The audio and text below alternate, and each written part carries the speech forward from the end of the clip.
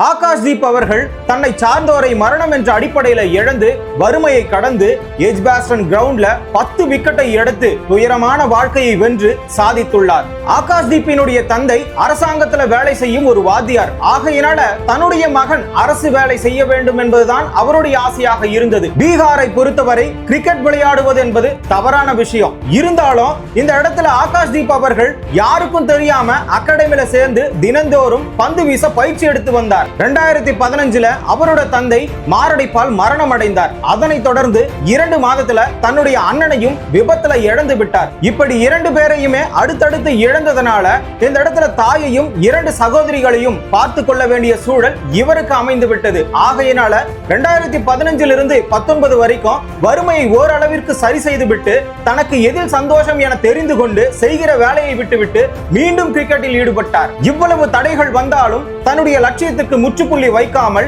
2019 பக்கத்து மாநிலமான பெங்கால்ல 12க்கு 12 ரூம்ல தங்கி இருந்து 4 நண்பருடன் தங்கி இருந்து பயிற்சியை மேற்கொண்டு 2019 முதல் தர போட்டியில பெங்கால் அணிக்காக அறிமுகமாகி கிட்டத்தட்ட 30 முதல் தர போட்டியில 104 விக்கெட்டுகளை எடுத்திருந்தார். லிஸ்ட் ஏ போட்டிகள் 28 போட்டிகளை விளையாடி 42 விக்கெட்டை எடுத்திருந்தார். அதே மாதிரி 42 T20 போட்டிகளை விளையாடி அதுல 40 விக்கெட்டுகளையும் எடுத்திருந்தார். இறுதியாக RCB அணிக்காக 7 போட்டிகள் விளையாடி அதுலயும் 6 விக்கெட்டை எடுத்திருந்தார். இதனைத் தொடர்ந்து 2024 டெஸ்ட் போட்டிகள் அறிமுகமாகி 2025 வரை உள்ளே வெளியே என்ற போக்காக திரிந்து கொண்டிருந்தார் ஆகாஷ்தீப். ஆனா பும்ராவுக்கு ஓய்வு கிடைத்ததனால 2வது போட்டியில பும்ரா என்னும் பூகம்பத்திற்கு பதிலாக இந்த இடத்துல ஆகாஷ்தீப் விளையாட போகிறார் என்றதும் விமர்சனம் எழுந்தது. இவர் எப்படி பும்ராவுக்கு ஈக்குவலாக பந்து வீசுவார், அவருக்கு இணையாக எப்படி செயல்படுவார் என்று கேள்வி எல்லாம் எழும்பியது. முதல் இன்னிங்ஸ்ல 4 விக்கெட்டையும் 2வது இன்னிங்ஸ்ல 6 விக்கெட்டையும் எடுத்து ஒரே டெஸ்ட் போட்டியில சேனா நாடுகள்ல 10 விக்கெட்டை எடுத்த இந்தியன் என்ற பெருமையும் சேர்த்துவிட்டு சச்சின் அவர்களும் இவரை பாராட்டி இருந்தார். எப்படி தெரியுமா? இந்த போட்டியிலே சிறந்த பந்து எதுவென்றால் ரூட் அவுட் ஆன பந்து தான். ஏன் தெரியுமா?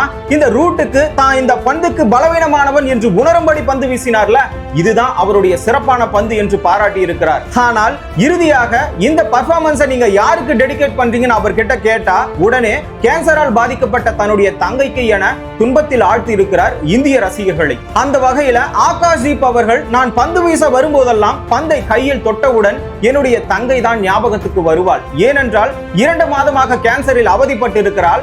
என்னுடைய பெர்ஃபார்மன்ஸை பார்த்துட்டு இன்னைக்கு சந்தோஷம் அடைஞ்சிருப்பாங்கல்ல, இதுவே எனக்கு போதும் என்று மிகப்பெரிய சந்தோஷத்தில் திளைத்திருக்கிறார் ஆகாஷ்தீப் அவர்கள். வாழ்க்கையில தாம் பட்ட கஷ்டத்தை விட தன்னை சுற்றி இருக்கக்கூடிய குடும்பத்தாரினுடைய மரணத்தை எல்லாம் கடந்து தன்னுடைய தங்கை 2 மாதமாக மரணப்பிடியில் இருந்து வாழ்வதற்காக காத்து கொண்டிருப்பதையும் கடந்து தான் தீராத காதல் கொண்ட கிரிக்கெட்ல ஒரு பக்கம் சாதித்தது ஆகாஷ்தீப்பினுடைய மிகப்பெரிய ஒரு போராட்டம். இவரோட வாழ்க்கையை ஒப்பிட்டு தன்னுடைய வாழ்க்கையை வாழ ஆரம்பிங்க சாதிக்க நினைக்கும் மனிதர்கள். ஆகாஷினுடைய வாழ்க்கை போராட்டம் எப்படி இருந்ததுன்னு சொல்லிட்டு கமெண்ட்ல சொல்லுங்க. கிரிக்கெட் நிகழ்வுகளை தொடர்ந்து தெரிஞ்சுக்கணும்னா தமிழரசன் பார்வையாளர் சேனலை சப்ஸ்கிரைப் பண்ணிக்கோங்க.